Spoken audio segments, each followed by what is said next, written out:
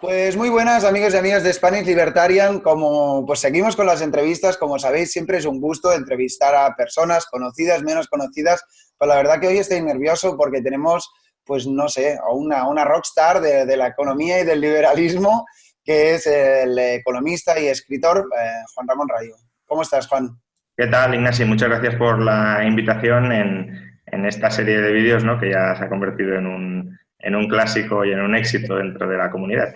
Bueno, pues no sé si es un éxito, pero yo como mínimo siempre digo que me lo paso bien y creo que la entrevista que te voy a hacer es la número 36 o 37 desde marzo que he ido haciendo entrevistas y no sé, bueno, como suelen decir, una cosa lleva a la otra pero bueno, el motivo principal es aprender, dar valor a la comunidad y bueno, o sea, de ti, Juan Ramón, pues se pueden aprender muchísimas cosas. Las personas que te conocen pues ya lo saben, hay muchos fans. También hay algunos detractores.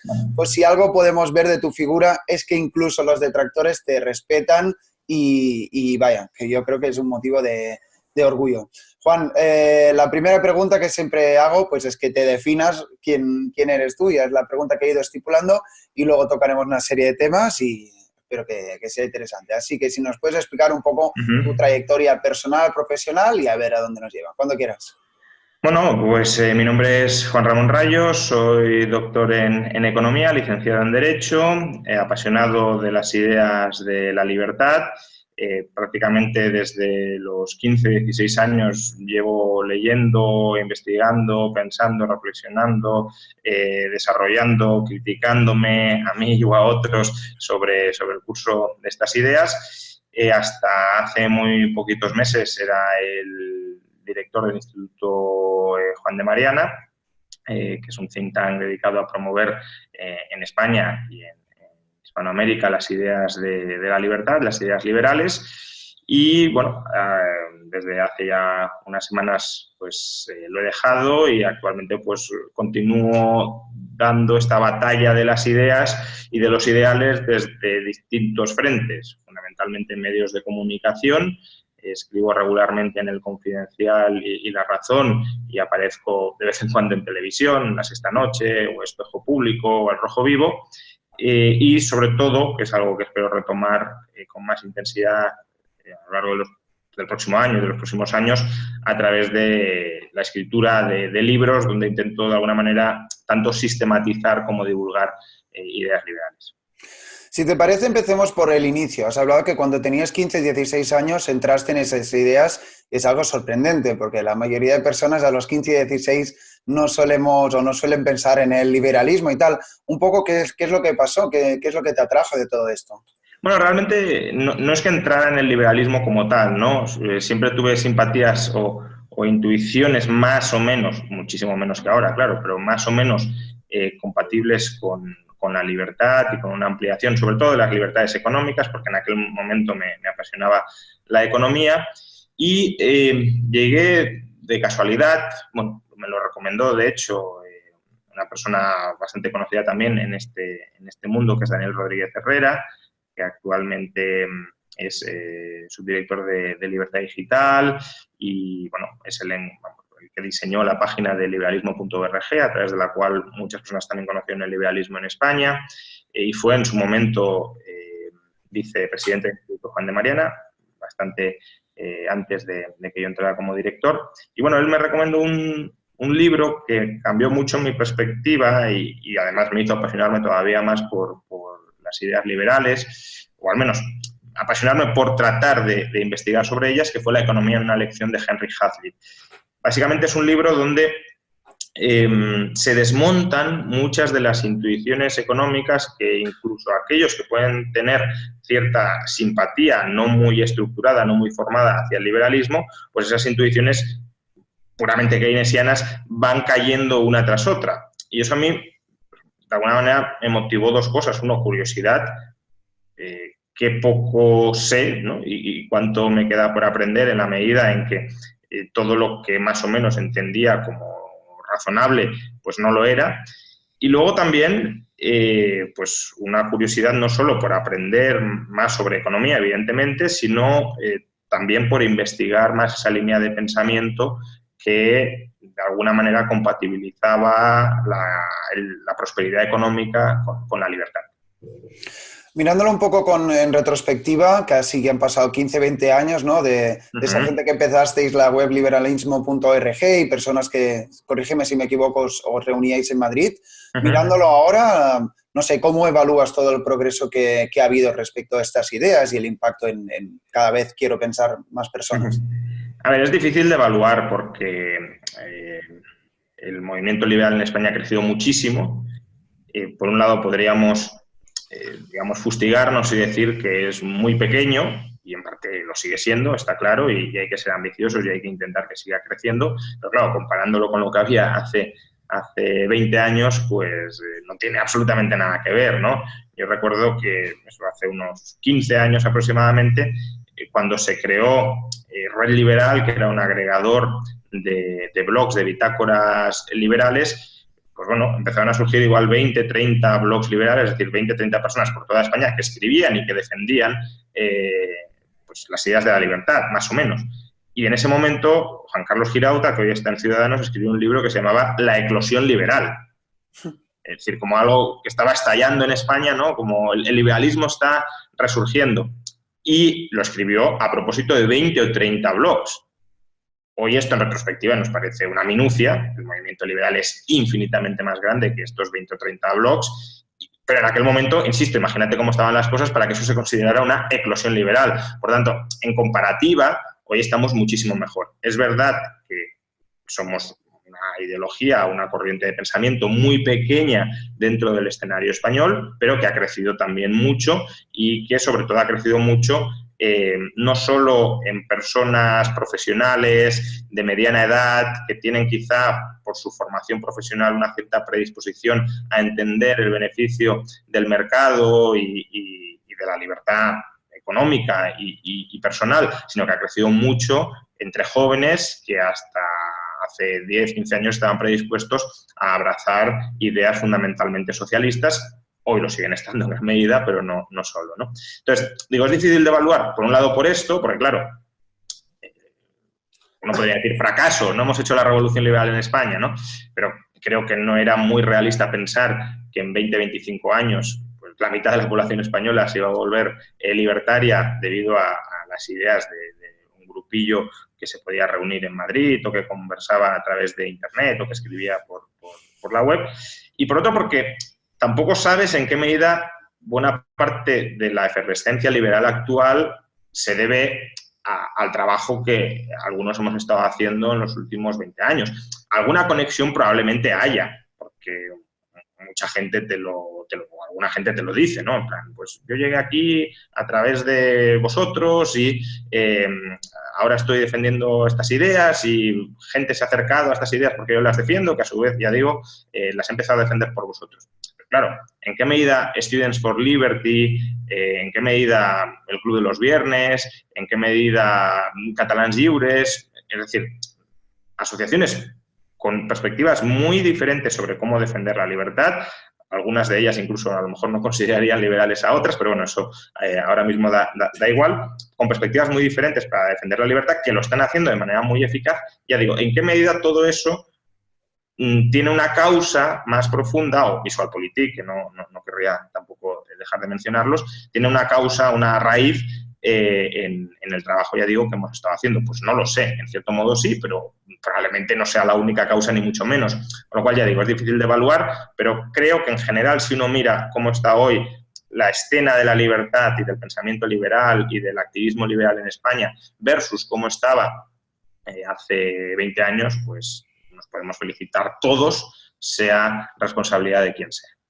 Bueno, como decían, si antes los liberales cabían en un taxi, pues ahora ya igual es un autobús o algo así. Mucho más que un autobús, varias flotas de autobuses, diría yo, aunque, claro, en un país de 46 millones de personas, pues sigue siendo un poco. Para cerrar un poco este blog, el otro día entrevistaba a Vanessa Vallejo, que ella decía que antes pues ella había sido más progre y demás, y que si algo se ha dado cuenta entrando digamos, involucrándose con personas liberales, es lo que discutimos. Hay que tienen tendencia atea, otros son religiosos, otros son conservadores, otros vienen del liberalismo clásico, otros hablan del ateo, otros hablan del aborto, perdón, otros son anarquistas. Entonces, la pregunta es, el hecho de que haya tanta diversidad, un poco cuáles son los pros y contras que tú ves. Por una parte, entiendo que es saludable que haya debate, pero parece que a veces no terminamos de remar todos a una. No sé si estás de acuerdo con esta reflexión. Bueno, hay temas en los que nunca vamos a remar todos a una en la medida en que pueda haber posiciones antagónicas. No sé, si un liberal, por alguna razón que se me escapa, pero puede haberlos, está en contra de la eutanasia, por ejemplo, pues evidentemente no vamos a poder remar junto con los liberales que estamos a favor de la eutanasia, de legalizar la eutanasia, o sea, no necesariamente que se practique, ni mucho menos, pues no vamos a remar en la misma dirección, está claro.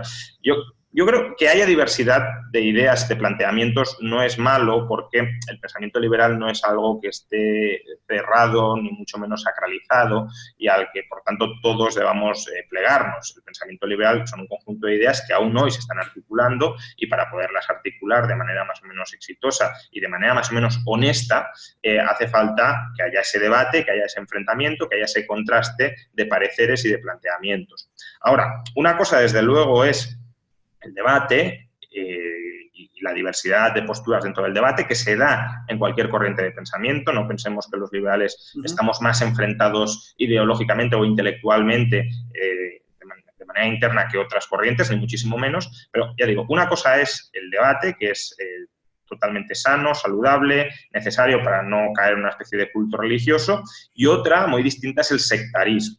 El sectarismo, es decir, la generación de sectas ideológicas dentro del liberalismo frontalmente enfrentadas unas a otras, ¿no? Que no haya esa capacidad de diálogo, de entendimiento, de contraste de ideas y de búsqueda, en definitiva, honesta de cuál es la verdad más aproximada a un asunto. Es decir, que una persona diga, yo me opongo porque sí a la eutanasia y me parece que es antiliberal defender la eutanasia, y que otro diga, yo defiendo porque sí la eutanasia, me parece que es antiliberal, criticar la eutanasia no permite que haya una comunicación entre ambos y que se llegue a un mínimo entendimiento, al menos de por qué el otro defiende lo que defiende.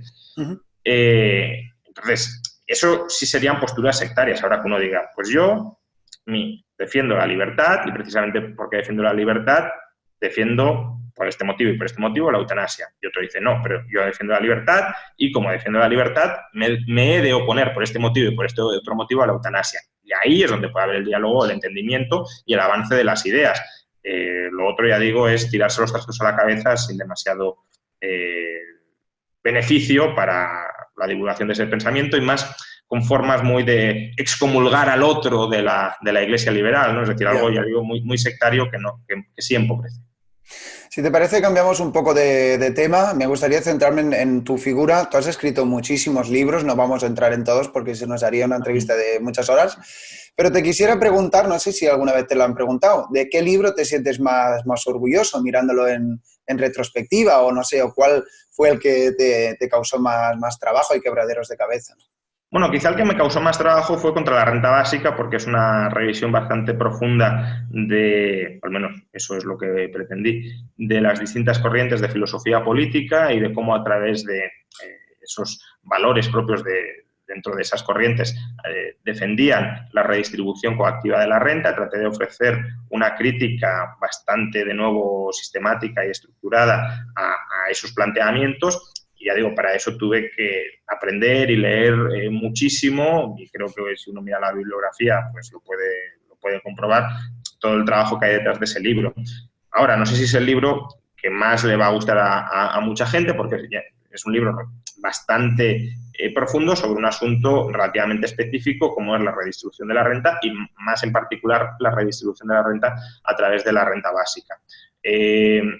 Otro libro del que también estoy bastante contento es Contra la teoría monetaria moderna, que es el último que he publicado, porque de alguna manera trato de ofrecer una teoría más o menos, de nuevo, sistemática y bastante detallada sobre por qué el papel moneda, la moneda fiat, tiene valor, en qué medida lo tiene, cuáles son sus potencialidades, cuáles son sus límites. Y bueno, creo que eso es un campo de pensamiento económico que está incluso poco explorado dentro de la academia. Y ahí creo que sí que hay una contribución valiosa, por ejemplo, para la escuela austríaca, la escuela de pensamiento austríaca, que no tiene una buena teoría de la moneda fiat, etc. Bueno, pero, en todo caso, el libro que, desde luego, ha sido más exitoso, y en parte lo entiendo, es Una revolución liberal para España. Porque, en cierto modo, en ese libro se intenta visibilizar cómo una sociedad liberal pues, sería viable, podría funcionar. No sabemos si podría funcionar, porque ahí siempre hay cierta indeterminación, mucho mejor o mucho peor que las actuales, pero desde luego no existe ninguna razón para pensar que la sociedad liberal sería un absoluto desastre y que, por tanto, la única alternativa política realista es lo que tenemos hoy. Y si lo que tenemos hoy se basa en la coacción sistemática sobre el ciudadano y una sociedad liberal como la que se muestra en este libro, en sectores muy diversos como infraestructuras, servicios sociales, sanidad, educación, pensiones, mercado eléctrico, pues esa sociedad liberal, una sociedad y una economía estructurada sobre principios liberales, podría más o menos funcionar, al menos tan bien como la actual. ¿Por qué preferimos la coacción sistemática sobre la libertad? Creo que no hay ninguna justificación desde ese punto de vista económico para una preferencia fuerte de la coacción sobre la libertad. Y eso es lo que trato de ilustrar en este libro. Pero bueno, el próximo libro que voy a sacar creo que también puede de alguna manera agradar a muchos o a mucho público del que se siente a gusto con una revolución liberal para España. Será básicamente un libro sobre cuáles son los principios filosóficos básicos del liberalismo: individualismo, igualdad, libertad, propiedad, contratos, libre asociación, libre mercado, pacifismo, etcétera. Uh-huh. Y cómo además esos principios se pueden utilizar para oponerse intelectualmente a ideologías antiliberales como el socialismo, el fascismo, el neoconservadurismo, etcétera, y también cómo se pueden utilizar para debatir, no necesariamente desde una perspectiva cerrada y definitiva, pero para debatir sobre cuestiones, algunas muy claras para el liberalismo, libertad de expresión, pero otras más espinosas, como puede ser el aborto, por ejemplo, o la libertad, la libertad migratoria. Entonces, bueno, el libro tratará sobre todos estos asuntos y creo que también puede ser útil de manera complementaria con una revolución liberal para España para conseguir defender estas ideas en la esfera pública. Bueno, esos son temas espinosos y bueno, la verdad que me alegro que estés tocando estos temas porque tu opinión es muy importante. Has hablado de la revolución liberal para España y me gustaría hacerte una pregunta también que a veces hago en este canal. ¿Crees que en España, digamos que es el país que conocemos, que es en el que vivimos, puede haber este tipo de revolución, entendiendo que hay parte de la cultura ciudadana que nos impide ser así, o por contra ves que puede haber algún atisbo de luz que nos haga, digamos, no preferir esta coacción para que haya la organización social, estatal y demás? Bueno, a ver, si la pregunta es si en 5 años va a haber una revolución liberal en España, clarísimamente no. Si la pregunta es, ¿los españoles somos cultural o genéticamente incompatibles con el liberalismo? La respuesta también sería no. Y al final, las sociedades terminan organizándose mediante estructuras que son relativamente complejas y que son fruto en parte de su evolución histórica y cultural, y creo que lo que hay que tratar de influir es en esa evolución histórica y cultural para que la evolución futura sea hacia estructuras más proclives o más favorables con la libertad. Si echamos la vista atrás hace 200 años, que es un horizonte que, hombre, para una persona es mucho tiempo, pero para una sociedad no es nada, no es absolutamente nada. No es que hace 200 años en la mayor parte del planeta todavía estaba legalizada la esclavitud.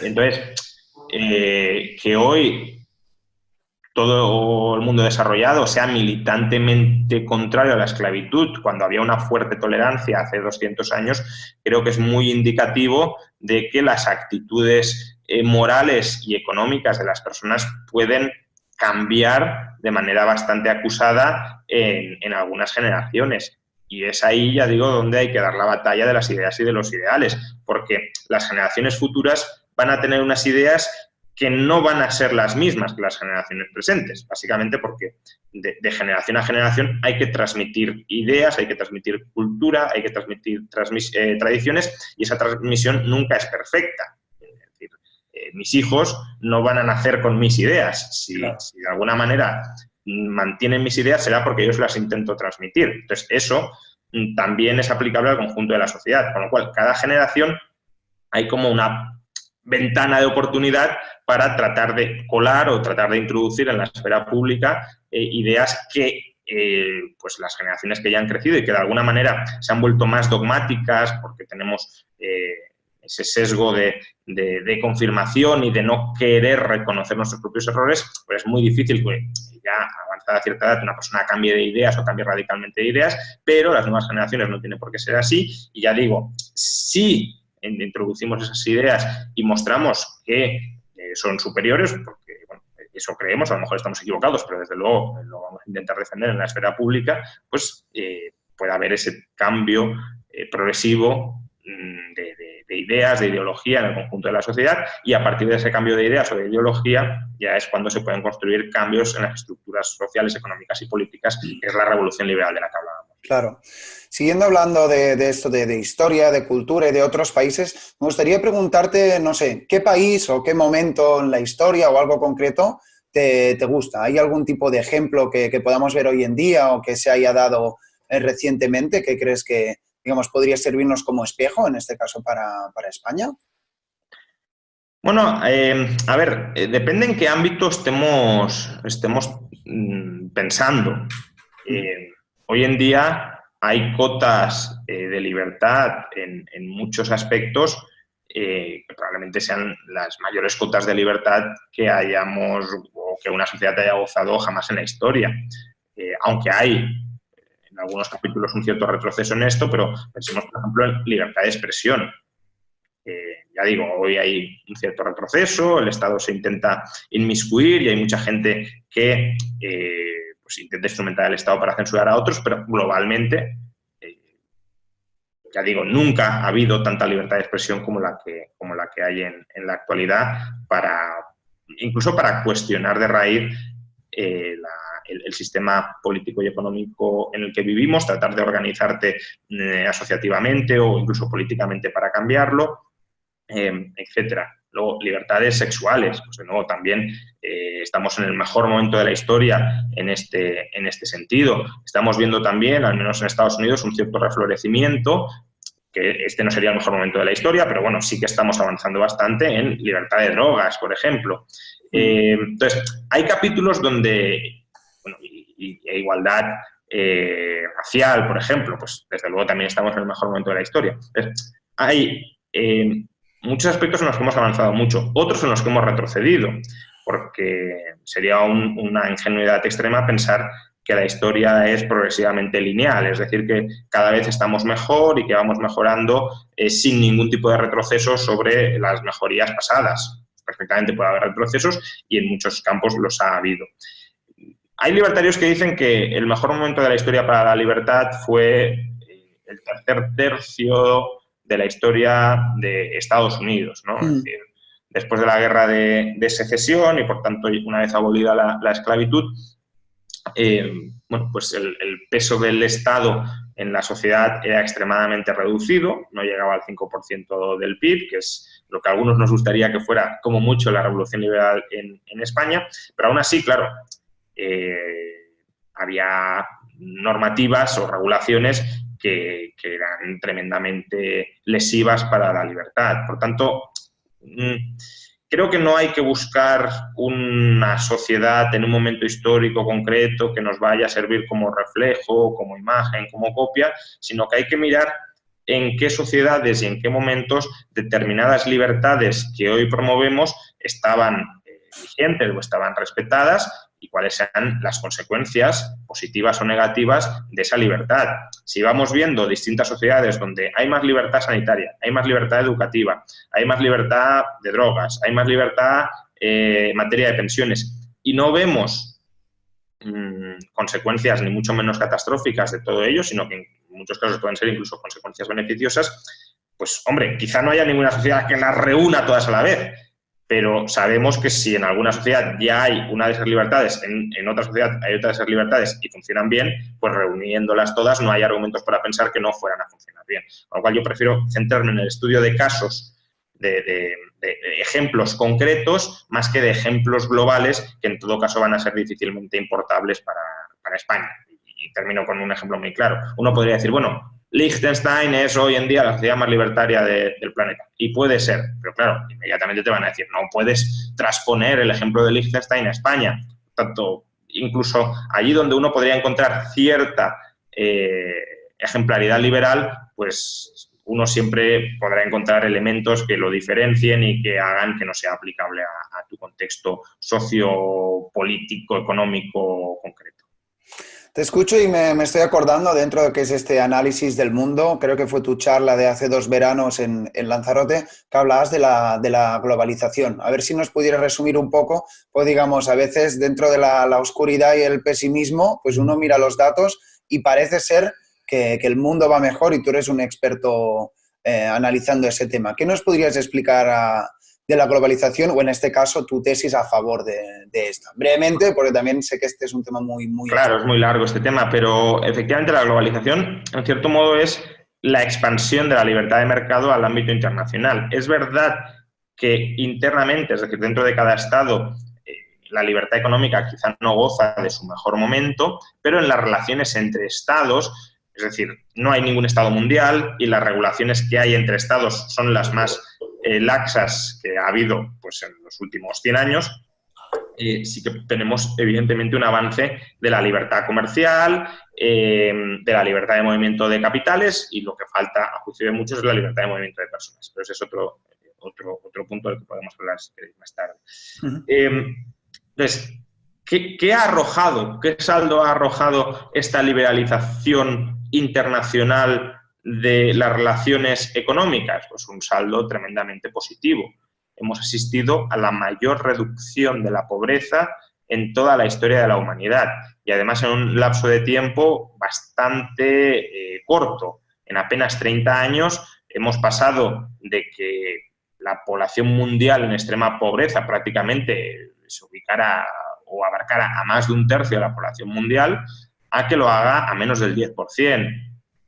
Todos los indicadores de hambre en el mundo, de analfabetismo en el mundo, de mortalidad infantil en el mundo, todos se han desplomado de manera drástica como en ningún otro momento de la historia.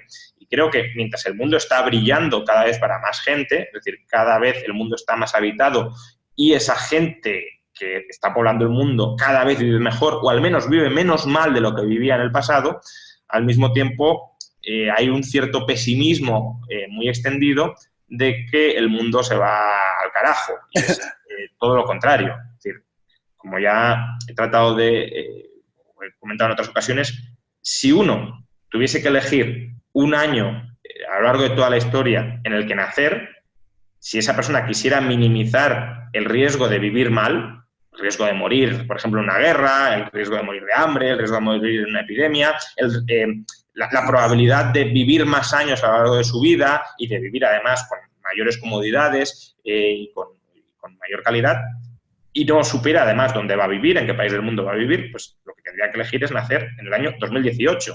Y el año que viene tendría que elegir nacer en el año 2019, porque el año que viene el mundo será un lugar mejor que este, como este ha sido un lugar mejor que el año anterior. Y ya digo, gran parte de todo este proceso impactante para cualquiera que lo analice, aunque sea superficialmente, se debe a la globalización y a la extensión del liberalismo a la esfera internacional. Y esto sí es una medalla que claramente nos podemos colgar y que hay que defender y que hay que poner de relieve como un éxito del liberalismo en la esfera, ya digo, internacional. Bueno, comparto tu análisis y la verdad que siempre que puedo pues también defiendo ese enfoque.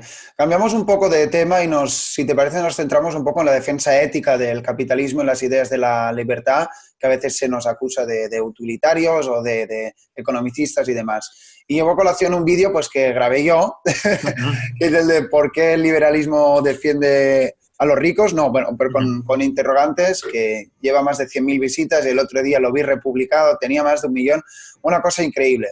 Y ahí decías una frase que es una cosa muy simple, pero a la vez cierta, que decías, yo defiendo la libertad porque es lo correcto. Entonces, parece que a veces ni los datos ni demás no funcionan como la explicación, sino que hay que bajar al terreno ético. ¿Nos podrías un poco resumir qué hay detrás de esa reflexión, que ya te digo, es aparentemente simple, pero entraña muchas cosas, ¿no? Sí, efectivamente, yo creo que defender la libertad es lo correcto. ¿Y por qué es lo correcto defender la libertad? Pues porque defender la libertad de cada persona implica respetar a cada persona, implica aceptar, implica tolerar que el resto de personas son sujetos morales como lo eres tú y que, por tanto, tienen los mismos derechos que tienes tú y, por tanto, tú no puedes imponerles aquello que los otros tampoco pueden imponerte a ti. Entonces, ¿por qué, ya digo, es correcto defender la libertad? Porque es defender al ser humano, es defender al individuo, es defender la capacidad de cada persona para desarrollar su proyecto de vida en coexistencia pacífica con los demás. Cualquier otro escenario se me antoja tremendamente distópico. Es decir, que unas personas tengan autoridad para coaccionar a otras, en última instancia, es el pozo moral o ideológico que justifica la esclavitud, la servidumbre o cualquier tipo de agresión sistemática de unos sobre otros.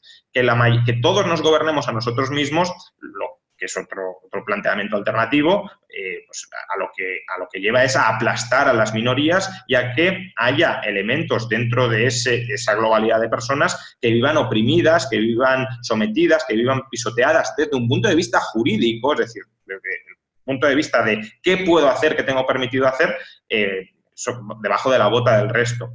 Entonces, como digo, cualquier otro planteamiento organizativo de la sociedad se me antoja tremendamente distópico y, por tanto, el principio de la libertad de estamos hablando, estamos debatiendo, estamos coexistiendo y tú no me puedes agredir a mí y yo no te puedo agredir a ti, nos tenemos que respetar mutuamente, podemos disentir en multitud de aspectos. Tú puedes tener un proyecto de vida absolutamente contrario al mío y yo uno absolutamente contrario al tuyo, pero yo voy a respetar el tuyo y tú vas a respetar el mío. Creo que es la forma en la que una sociedad puede mantenerse más o menos unida y funcional en el largo plazo y, además, constituir el marco dentro del cual cada persona sea feliz o pueda al menos tratar de buscar la felicidad, ¿no? Por utilizar la expresión de la Constitución estadounidense.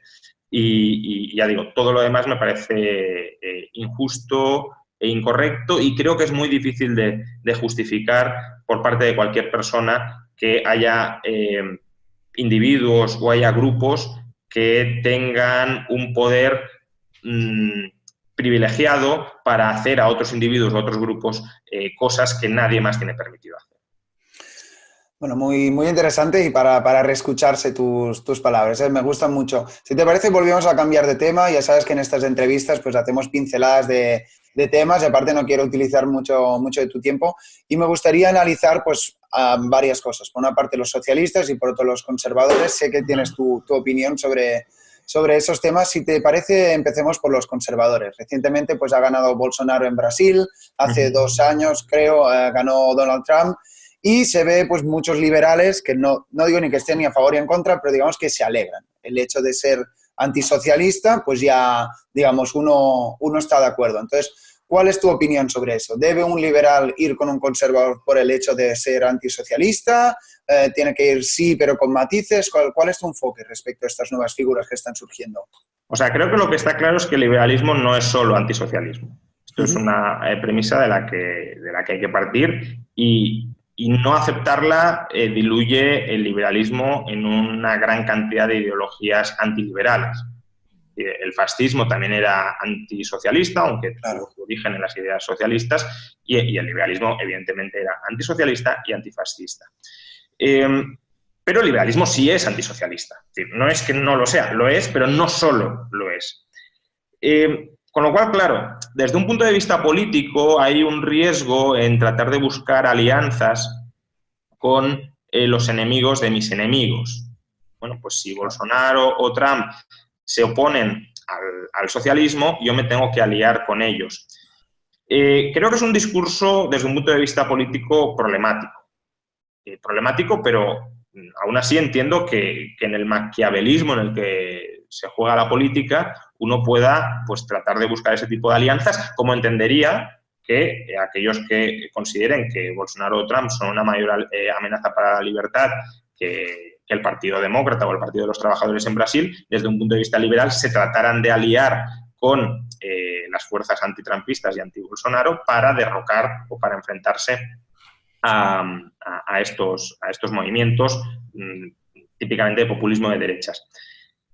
Ya digo, una cosa es la estrategia política, donde normalmente hay que elegir entre males y nunca sabes cuál es el mal menor, porque es verdad que Bolsonaro o Trump defienden aparentemente algunas libertades económicas, pero luego también amenazan, al menos, con conculcar muchas libertades civiles. Y ahí, claro, es muy difícil ponderar qué libertades son más importantes, porque a lo mejor para ti determinadas libertades son más importantes que otras, pero para otra persona no. Y en la medida en que hay que respetar las libertades de todas las personas, imponer tu preferencia sobre qué libertades hay que sacrificar para promover unas, pues significa que le estás reprimiendo a otro su preferencia de libertades, ¿no?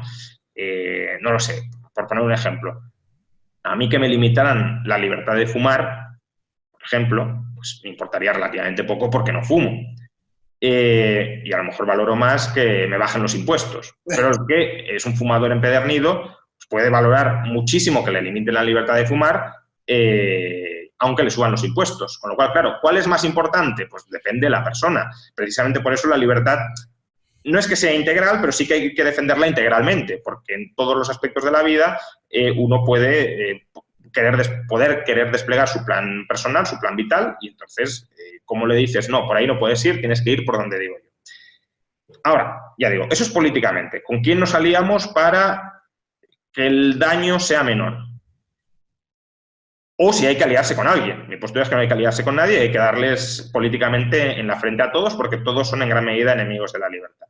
Ahora, intelectualmente o ideológicamente, por mucho que uno se quiera aliar políticamente con estos sujetos, creo que hay que dejar muy claro que muchas de las ideas que promueven estos son frontalmente incompatibles con la libertad y son frontalmente enemigas de la libertad. Por ejemplo, por ejemplo, poner alguno, en entender más. En el caso de Trump, pues bueno, bajar impuestos con déficit público supone, desde luego, endeudar a los estadounidenses, y eso es algo que un liberal no puede en absoluto defender. Restringir el libre comercio, aunque sea, en el mejor de los casos, como herramienta negociadora, creo que uno puede decir, bueno, si la negociación sale bien, bienvenido sea, pero desde luego secuestrar comercialmente a la población para tratar de conseguir unas determinadas condiciones, creo que también es un obvio ataque a la libertad de muchas personas, al menos durante el tiempo en el que no pueden comerciar libremente. Desde mi punto de vista, limitar la libertad migratoria también es un ataque frontal a la libertad de las personas, no solo de los inmigrantes a los que impides entrar, sino también de aquellos ciudadanos estadounidenses que pueden querer relacionarse con esos inmigrantes a los que no dejas entrar. ¿Bien?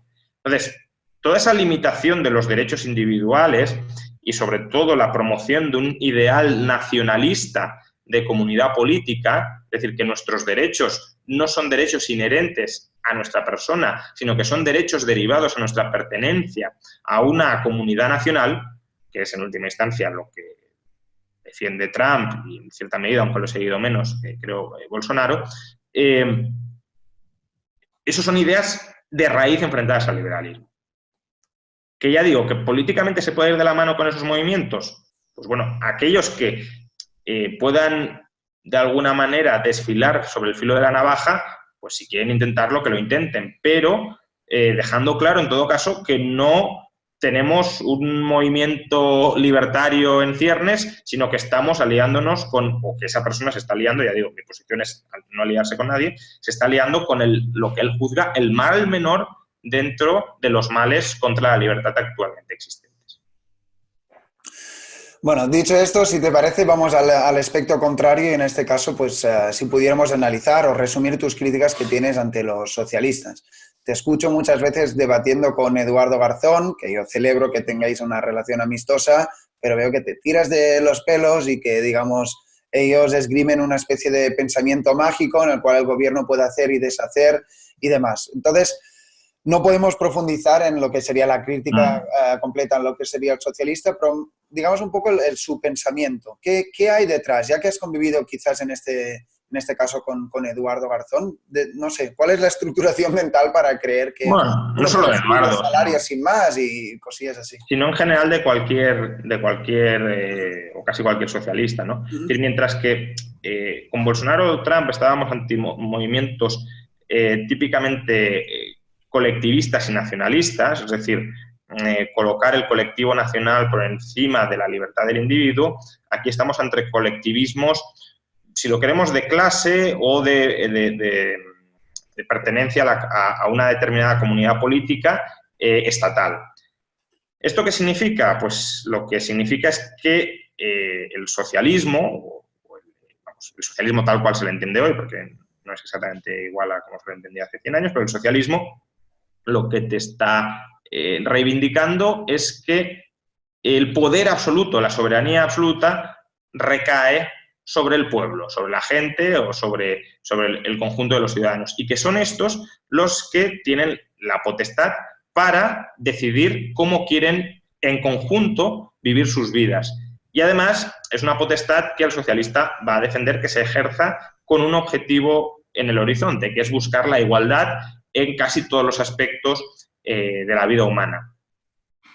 ¿Cuál es el problema de esto? Pues evidentemente lo que Hayek llamaba la fatal arrogancia. Es decir, no son conscientes de que aun cuando todos a una quisiéramos alcanzar el objetivo de la igualdad, que además es algo falso, las herramientas que ellos proponen no funcionan.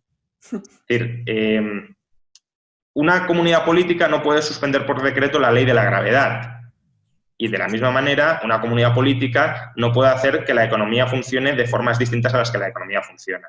Entonces, hay una tendencia a idealizar o idolatrar la democracia, como si la democracia, precisamente porque es la reunión de la voluntad colectiva, todo lo pudiera, y la democracia no lo puede todo porque el ser humano no lo puede todo, y especialmente no lo puede todo cuando se organiza mal. Y querer planificarlo todo centralizadamente es una forma de organizarse mal para alcanzar objetivos como puedan ser la prosperidad o el bienestar de los ciudadanos.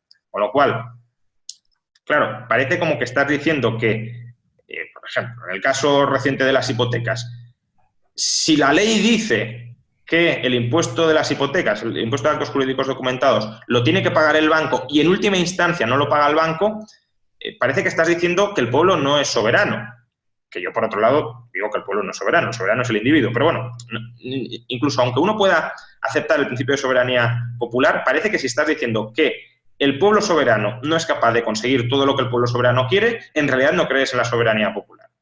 ¿Cuál es falso? Lo que estás diciendo es que la soberanía popular se somete, como todo, a restricciones que no se puede saltar. Y una de esas restricciones es el funcionamiento de la economía. Entonces, esta gente cree que es posible que la economía se someta absolutamente a los designios y a los caprichos de la mayoría gobernante. Y eso evidentemente no es así. Luego, además, insisto, me parece tiranizador contra las minorías y especialmente contra la mayor minoría, que es el individuo, el que otorguemos a un conjunto de personas el derecho a gobernar ilimitadamente al conjunto. Si uno defiende al individuo y la posibilidad de que ese individuo viva su vida, una vida que no tiene por qué ser la misma que la vida de otras personas, se puede querer asociar con otras personas, pero puede querer asociarse con otras o no asociarse con nadie. Si uno defiende realmente ese principio, centrado, ya digo, en el individuo y no en un holismo comunitario absurdo, recordemos que si las comunidades importan, si las comunidades son valiosas, o es porque los individuos son valiosos y las comunidades pueden constituir instrumentos funcionales para el bienestar del individuo, pero no hay un valor intrínseco en la comunidad separado del valor que tiene el individuo. Pues bien, esta gente lo que te está diciendo es no, la comunidad debe mandar y oprimir todo lo que sea necesario para que la comunidad alcance su fin a aquellos individuos que están dentro de la comunidad y a los que además no dejamos separarse de esa comunidad. Entonces, ya para cerrar este bloque, te pediría un poco de brevedad, porque aún tengo algunos temas a tratar. Entiendo que no te casas con nadie y llevándolo a colación del vídeo famoso que es tú no votas. Entonces, ¿por qué, digamos, hemos analizado los conservadores, los socialistas y finalmente parece que no dices que no votas? Entonces, ¿no votas porque te despreocupas o no votas porque tomas otra estrategia para influir en las ideas y en la sociedad? O sea, no voto porque no hay ningún partido que... Bueno, primero porque el voto es relativamente poco relevante en comunidades políticas muy amplias. Luego porque parece que si estás votando estás legitimando de alguna manera el sistema político actualmente existente, lo cual me parece un error. Es decir, la soberanía, ya lo he dicho antes, no descansa ni en el pueblo español ni en ningún otro pueblo, sino que descansa en el individuo. Y votamos para decidir soberanamente en conjunto sobre algo que no deberíamos estar decidiendo soberanamente en conjunto. Luego tampoco voto porque, aunque uno podría decir, bueno, pero estratégicamente, aunque tú no creas en esto, podría ser interesante votar, pero tampoco veo ningún motivo estratégico para votar. Y en cuarto motivo, porque creo que hay aportaciones mucho más valiosas, infinitamente más valiosas, a la hora de influir el rumbo de una sociedad que el voto. Por ejemplo, esta entrevista creo que puede hacer más por cambiar marginalmente la orientación liberal, muy marginalmente, claro, pero marginalmente la orientación liberal de la sociedad, que si yo voy a votar o dejo de ir a votar. Entonces, dado que estratégicamente prefiero priorizar formas de activismo liberal distintas del voto, creo que es valioso señalizar que yo no voto y que, aunque no voto, eso no significa que la sociedad no vaya a avanzar hacia el liberalismo. La sociedad va a avanzar o va a dejar de avanzar hacia el liberalismo con independencia de que yo vote o deje de votar. Entonces, no hay ningún partido que... Bueno, el Partido Libertario está haciendo un buen papel, pero desde luego tiene una magnitud muy pequeña que además no depende ni deja de depender de mi voto. No hay ningún partido grande que sea mínimamente reconocible con las ideas liberales y es muy fácil que intenten aprovecharse de tus ideas si tú dices públicamente que apoyas a un partido o a otro, ¿no? Imaginemos que yo digo, no, voy a votar a Ciudadanos, voy a votar al PP o voy a votar al PSOE. Claro, aquellos que te asocian a ti con el liberalismo empezarían a decir, estos partidos son liberales. No, los partidos son en muchos casos frontalmente antiliberales, en muchísimos aspectos de su programa político, y uno podría llegar a votarlos con la nariz tapada, pero creo que es mucho mayor el riesgo de que intenten instrumentar las malas políticas que toman esos partidos como crítica al liberalismo por el hecho de haberlos votado y haber dicho en público que les votas, que lo que se pierde por no votarlos, ¿no? Entonces, mi postura es crítica frontal a la clase política, no apoyo ni público ni secreto a ninguna clase política existente y vindicación de otro tipo de formas de convivencia que no pasen por este rito un tanto absurdo de ir cada 4 años a poner nuestro voto en una urna, como si de esa manera consiguiéramos algún tipo de concordia social, cuando en realidad lo único que conseguimos es envilecer más a la sociedad y que esté más enfrentada las personas entre sí. Bueno, la verdad que me parece casi irrefutable lo que dices. No, yo creo que hay argumentos buenos para votar, ¿eh? No, es decir, o hay gente que puede hacer una buena defensa de ir a votar y no lo estoy despreciando ni mucho menos, pero que creo que también es muy razonable la postura de rechazar de plano esto y de negarse a ir a las urnas. Bueno, si te parece, entramos ya en el último bloque de la entrevista, que como he dicho no te quiero quitar mucho tiempo, que pues volvemos a tu figura, cosas que podamos aprender de ti y dar valor a la comunidad de espectadores y oyentes. Sí, me gustaría preguntarte por tus apariciones en la televisión. Hace tiempo que ya apareces, sobre todo mucha gente creo que te conoce en La Sexta Noche. Y bueno, hay muchos debates en los que te veo debatiendo, por ejemplo, con Bernardos y demás, que bueno, te tiran una de falacias increíbles. Un poco, no sé, ¿qué has aprendido de estar en los platós a nivel de comunicación y de poner ideas simples en las cabezas de los espectadores y demás? Hombre, he aprendido más cosas de las que pongo habitualmente en práctica, es decir, porque creo que más o menos tengo clara cuál es la estrategia con la que uno tiene que acudir a un plató, que es básicamente vender mensajes fáciles de entender, aunque no sean estrictamente correctos, y no entrar a debatir, no entrar al trapo de debatir con tus contertulios, sino hablar a la cámara y a los espectadores. Creo que esas son 2 claves que cualquier comunicador en los medios de comunicación aplica o debería, o si quiere tener impacto, digamos, debería aplicar. Lo que pasa que a mí me cuesta aplicarlo, en primer lugar, porque trato de ser intelectualmente honesto y las simplificaciones, sobre todo si son simplificaciones groseras e inexactas, no me gustan. Claro. Evidentemente uno puede ir a televisión y decir, hay que bajar impuestos masivamente. Bien, pero yo apoyo eso, pero decir eso sin hablar nunca de cómo financiar eso, es decir, de qué gastos recortar, me parece irresponsable. Decir, los impuestos se van a autofinanciar, bueno, pues puede haber una parte de eso que sea correcto, pero no desde luego la totalidad. Con lo cual, o simplemente buscar este es el enemigo y esto lo hace todo mal y estos nunca hacen nada bien y si un partido dice esto y el otro dice lo otro, este otro partido siempre tiene la razón, me parece, ya digo, empobrecedor e intelectualmente deshonesto. Normalmente en casi cualquier política, incluso por ejemplo subida del salario mínimo, hay matices que no es ni totalmente blanco ni totalmente negro, aunque a lo mejor se aproxime mucho más al blanco que al negro, y eso en televisión es imposible de desplegar porque tienes 1 minuto o 1 minuto y medio y, por tanto, lo que pesa es el mensaje simplista y normalmente inexacto. Y yo intento resistirme a ello y por eso muchas veces tampoco consigo esa efectividad o esa eficacia a la hora de trasladar determinados mensajes fácilmente embotellados. Pero creo que es decir, hay comunicadores, incluso liberales, que pueden optar por esa estrategia.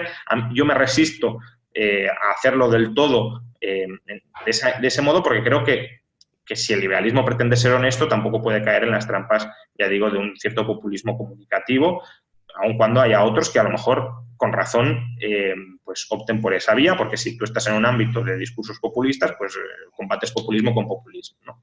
Pero ya digo, creo que hay que resistirse un poco a esto. Y luego también me cuesta lo de hablar a la cámara, porque, de nuevo, por un ejercicio de honestidad, si una persona te da un argumento con el que no estás de acuerdo, pues qué menos que tratar de explicar a esa persona y sobre ese argumento concreto por qué está equivocado. Yeah. Quizá, y eso es lo que hacen la mayoría, lo lógico sería, me olvido de la falacia que acaba de soltar este tipo y voy a soltar mi matraca propagandística. Pero, de nuevo, me cuesta porque, claro, si te acaban de soltar algo que es obviamente, descaradamente falso, pues es que no puedo resistir la tentación, claro, de explicar. Bueno, si te siguen llamando a los platós, será que algo estás haciendo bien. Cambiemos de plataforma. El otro día hablaba con Vanessa Vallejo, que te he dicho antes, y decía, respeto mucho a Juan Ramón Rayo porque lo veo en Twitter y en Facebook, creo que también decía, y decía, no se enerva nunca, le lanzan ataques personales y él va al argumento a intentar desenmascarar al contrario o incluso ser integrador y explicativo. Entonces, la pregunta es, ¿cómo lo haces para, no sé, pareces un maestro zen, nunca pierdes los nervios, nunca te he visto, creo que nadie de todos los espectadores han visto a Juan Ramón Rayo nervioso en una discusión? Entonces, ¿siempre ha sido así o es algo que te autoimpones? No sé. No es que sea yo en mi vida personal una persona extremadamente templada, hombre, no soy muy visceral tampoco, pero si he aprendido algo de todo esto es a quitarle hierro al asunto. Es decir, a mí las críticas personales de alguna manera me molestan porque creo que empobrecen mucho el debate en la medida en que, de nuevo, desde un plano de honestidad, lo que intentas es ver si la otra idea es acertada o equivocada y qué ideas deberían preponderar en la esfera pública o no, al margen de quién lo diga. Entonces, cuando uno pasa al ataque personal, el típico ataque ad hominem, pues evidentemente estamos abandonando esas normas básicas de honestidad intelectual. Entonces, a mí, por un lado, eso no me gusta hacerlo, precisamente por eso, y luego, ya digo, que me lo hagan a mí me molesta. Lo que pasa es que una vez aprendes o una vez vas viendo que la gente que lo hace ni siquiera lo tiene que hacer con malicia, hombre, siempre hay gente que lo hace con malicia, pero que muchos de los que lo hacen ni siquiera tienen que hacerlo con malicia, sino que es casi una táctica instintiva que tienen ellos para defender sus propias ideas de lo que entienden un ataque frontal a las mismas.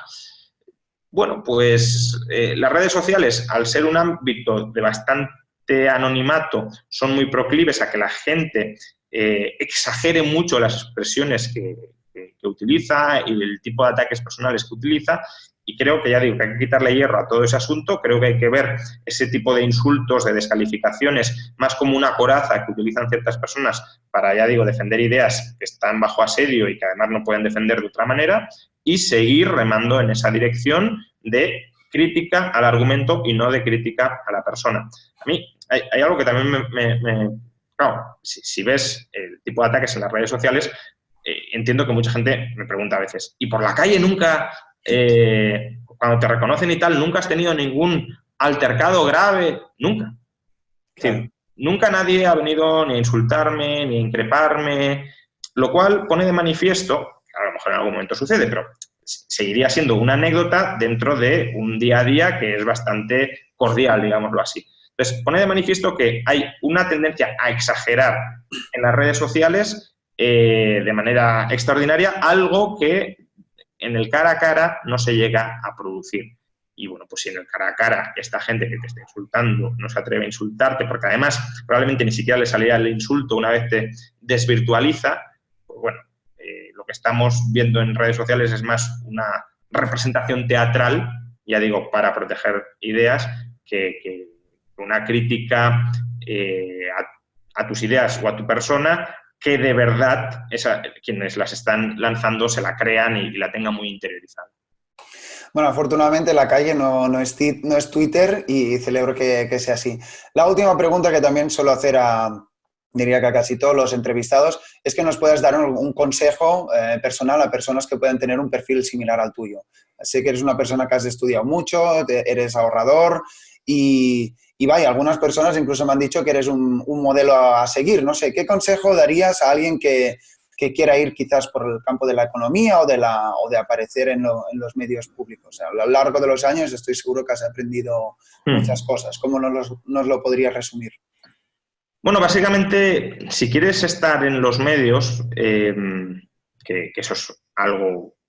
A mí no creas que me entusiasma especialmente estar en los medios, sobre todo estar en televisión. La radio sí me gusta más, escribir sí me gusta más, pero la televisión no es que me entusiasme ni mucho menos. De hecho, en cierto modo incluso intento evitarlo en ocasiones, pero bueno. Si uno quiere estar en los medios, lo que tiene que hacer es aportar valor. Aportar algo de valor añadido en una sociedad donde la información está absolutamente comoditizada y, por tanto, tú no vas a tener mejor información commodity que otro. La puede encontrar, cualquiera la puede encontrar casi gratuitamente en Internet.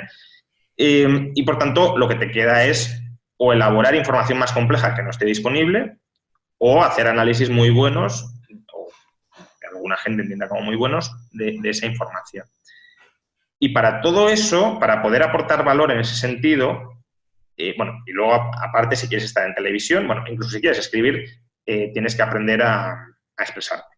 El modo de expresarte por escrito en radio o en televisión es distinto. En televisión no importa tanto el lenguaje verbal como el no verbal, en la radio prácticamente solo el verbal, y por escrito pues el tipo de lenguaje verbal que se utiliza es muy distinto al que se utiliza en radio o en televisión, ¿no? Entonces, cada medio tiene su registro y has de aprender a manejarlos bien en cada uno de ellos. Si aportas valor de fondo pero no de forma, tampoco vas a poder aparecer en los medios, porque lo que los medios pretenden es que alguien interactúe contigo, alguien se enganche a lo que tú cuentas. Entonces, si lo cuentas mal, por mucho que tenga valor, no vas a poder estar ahí. Claro. Pero digo, una cosa es aprender el registro y otra, ya digo, aportar valor. ¿Y cómo se aporta valor?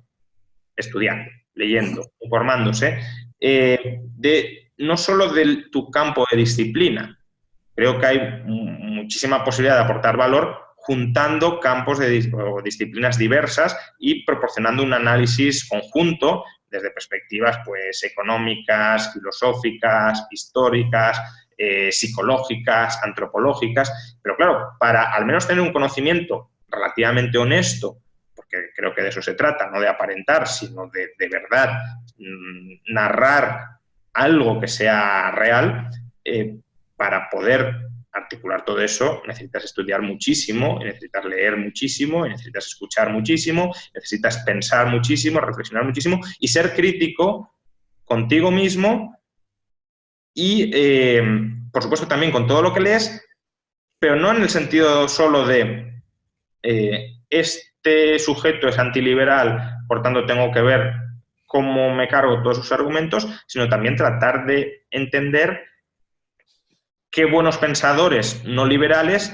están haciendo críticas o están planteando argumentos que son valiosos y que tú tienes que incorporar de alguna manera o tratar de entender por qué eso se produce o por qué esas personas dicen lo que dicen, etcétera. Creo que todo eso es parte del ejercicio de la reflexión del intelectual y del intelectual que quiera estar en medios también. Bueno, qué buenos consejos a favor de la honestidad intelectual. Te he dicho que era la última, pues que tengo a Juan Ramón Rayo aquí, tengo que... Y también suelo hacer esta pregunta y esta sí que es la última. Imagínate que soy una persona escéptica o abiertamente antiliberal, pues estoy dispuesta a escucharte un minuto. Digamos, ¿qué argumentos podrías dar ya más allá de digamos, los datos y demás, sino para mi vida personal? ¿Por qué crees que es útil y beneficioso pues abrazar las ideas de la libertad? Bueno, vivimos en sociedad y la sociedad está compuesta por personas que tienen sus propios proyectos de vida. Entonces, la cuestión es qué hacemos con esas personas con proyectos de vida distintos. O las respetamos o las sometemos. Prácticamente la respuesta que dan todas las corrientes de pensamiento es que de una manera o de otra hay que someter al resto de personas a mis proyectos de vida, a mis proyectos ideológicos, a mis proyectos sociales, a mis ideas sobre el bien común. La respuesta que da el liberalismo puede ser una respuesta quizá más minimalista, menos ambiciosa, pero también menos arrogante y mucho más tolerante, y es respetemos a las otras personas. Y creo, ya lo he dicho antes, que en el largo plazo solo una sociedad que tolere la diversidad de planes vitales es una sociedad que se va a mantener mínimamente cohesionada y que además va a proporcionar una vida más feliz y mayores estándares de bienestar a todas las personas que la integran. Bueno, pues qué fórmula tan simple para la sociedad compleja en la que vivimos. La verdad que se me han quedado preguntas en el tintero, pero llevamos ya casi una hora hablando y ha sido súper interesante y vaya, que te puedo decir que estoy muy agradecido por todo este rato. No sé si quieres añadir algo, porque a mí ya, digamos, no sé, no quisiera... No sé nada que más añadir, la verdad. Bueno, yo simplemente felicitarte por el trabajo que haces, que creo que es un trabajo muy valioso y justamente me gustaría animar a mucha gente a que haga trabajos como el tuyo, porque son trabajos valiosísimos que acercan las ideas liberales a pie de calle y bueno, tú mismo te has ido construyéndote, ¿no? Y has ido mejorando el formato de producto y de comunicación que ofreces y creo que de ti también se puede aprender muchísimo y por tanto animo a la gente a que se miren en tu ejemplo y a que sigan muchos de los pasos que tú has dado. Bueno, pues gracias por tus palabras, hombre, y también, como siempre digo, más allá de si esto da resultado o no, si por el camino te lo pasas bien, pues todo esto que te llevas. Oye, pues Juan, pues gracias otra vez por tu tiempo, ha sido muy interesante y espero que os haya resultado interesante también a los seguidores. Si estáis viendo en YouTube, recordad de darle al like, suscribir y a la notificación, que si no, no aparecerá un email cuando suba un vídeo. Y nada, bueno, pues muchas gracias otra vez, Juan, y que pases buen fin de semana. Nada, muchas gracias a ti y a todos los que han visto este vídeo. Hasta otra. Saludos.